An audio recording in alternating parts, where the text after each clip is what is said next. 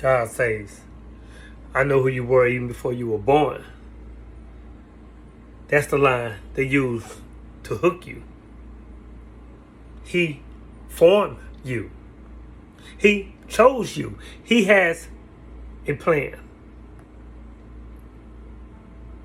It sounds intimate. It sounds like love. It sounds like a father who was there at the beginning.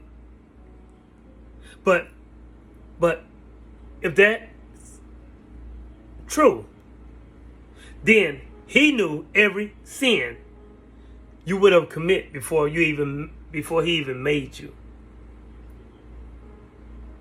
He knew every doubt you held before he gave you a brain. He knew that you would say, I don't believe, before you took your first breath. So, did he just make you to watch you fail? First attempt in learning? Did he write your script, then punish you for reading your lines? If he knew me before I was born, understand me, then he also knew the hell he'll send me to. And he built it that way. He built it anyway. That's not love, people. That's a playwright who enjoys tragedy. Me? I have doubts about that. The most honest sentence in the world. Not I detest the Most High. Not I'm angry at God. Just, come on now. Where you at? I just don't believe in the version that you believe in. You see, there's no human language today, in any human language, in any human culture, that can adequately describe this source, who we call God, Allah subhanahu wa ta'ala, and all the other names, Yahweh, all the other names that you give God. The one who needs my worship but watches children starve. The one who is love but invented internal torture. The one who is all powerful but waits for me to beg before he helps. I don't believe in a father who disowns his children for asking questions. I don't believe in a judge who writes the law, creates the criminal, then blames the criminal for the crime he saw coming way before it became a crime. You call my questions rebellion. I call it integrity. I won't pretend to love a story that terrifies me. God, don't. I'll be awaiting you on the judgment day. There it is. The threat, the status quo. God always ends with a threat. Love me or else. Believe or burn. Obey or I've been awaiting you. This is not a father. This is a mob boss. This is not justice. This is extortion with a halo. You told me he knew me before I was born. Let me live. Watch me. And the whole time he had a court date circled on his calendar. Whoa! What kind of father counts down to his son's sentencing? What kind of love keeps a stopwatch on your damnation? Now, if he's awaiting me, then this was never about a relationship. It was about a trial. A trial. I was born a defendant. Oh, wow. Me? As long as you claim omnipresent, we will meet in hell, as I believe that you're everywhere and where. Checkmate. You say he's everywhere, right? I mean, put your books. That's what you say. Omnipresent. No place he is not. You say hell is separate from God. Total absence from God. You can't have both people. Now pick one. If he's in error, where? Then he's in hell too. If he's in hell, then hell's not God's absence. So what is it? Huh?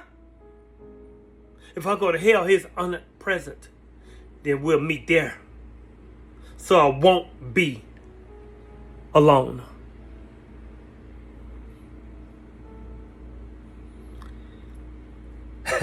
You can't threaten me with abandonment if your theology says abandonment is impossible. Either God is a liar about being in error where, or hell is a lie about being without him. Make me understand it. You want me to fake expectations appearing real. You want me to fear a place where God you claim is everywhere somehow is not? Huh? Nah. I'm way liver than that. Peep game. Now, if we're being authentic, God is authentic, then he is everywhere. Then there's no place I can go where he won't be. Not even hell.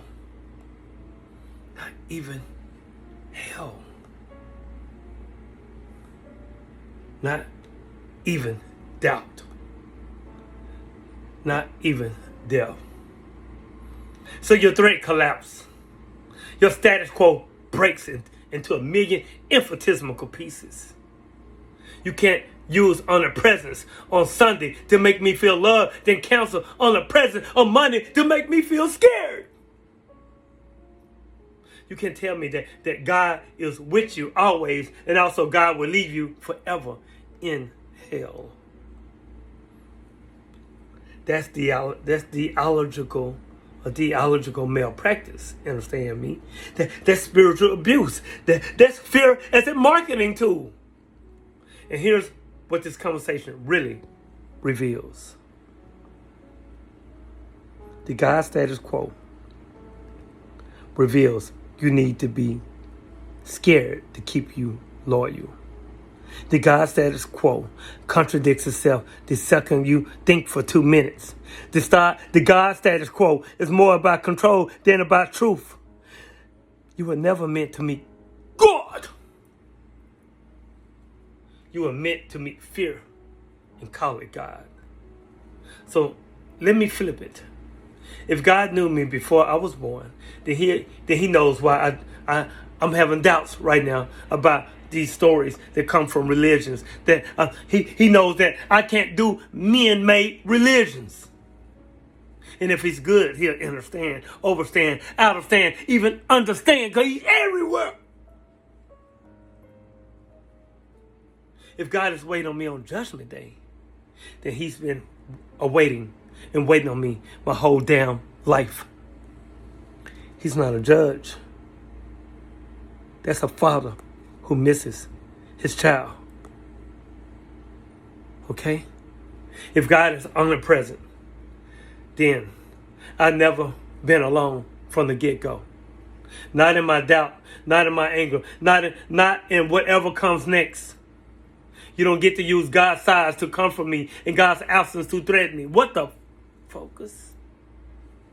You don't get to preach. He's in error where, quote unquote, when I'm happy, and he'll leave you without question. When I ask questions. Until this God status quo is challenged, we'll keep breeding generations who love God because they are terrified of him. That's not love, people. That's Stockholm syndrome with incest. That's not fake, people. That's fear, fake expectations appearing real, doing push-ups, getting swole, you dig? That's not a relationship. That's a hostage writing letters. So here's my reply to the whole damn exchange. If you're authentic in everywhere on the present, then you're big enough for my disbelief. You're big enough for my questions. If you're good, then you won't punish me for using the brain that you gave me. If you every and error where, then we'll talk this out. Heaven or hell, or right here. Know thyself, humans. Know thyself, gods and goddesses. God kings and God queens, God empresses. Because the God you fear just might be the part of you that you haven't met yet. Your turn. Which line of this conversation hit you the hardest? And why? And why? Don't quote your damn pastor. I want to hear that shit. Answer from your gut, from your heart, you dig? Well done from your heart. I need to know it real. Again, don't quote your pastor. Answer from your gut. We are done with borrowed fear. Save this video. Share it if you're tired of a God who uses love as a bait and hell as a trap. If he or she is every and error where, then the conversation is not over. Not even as you transcend from this physical body. Because remember, we're spiritual beings. We're having a human experience. Continue to unlearn, relearn, and learn. Continue to evolve. Peace.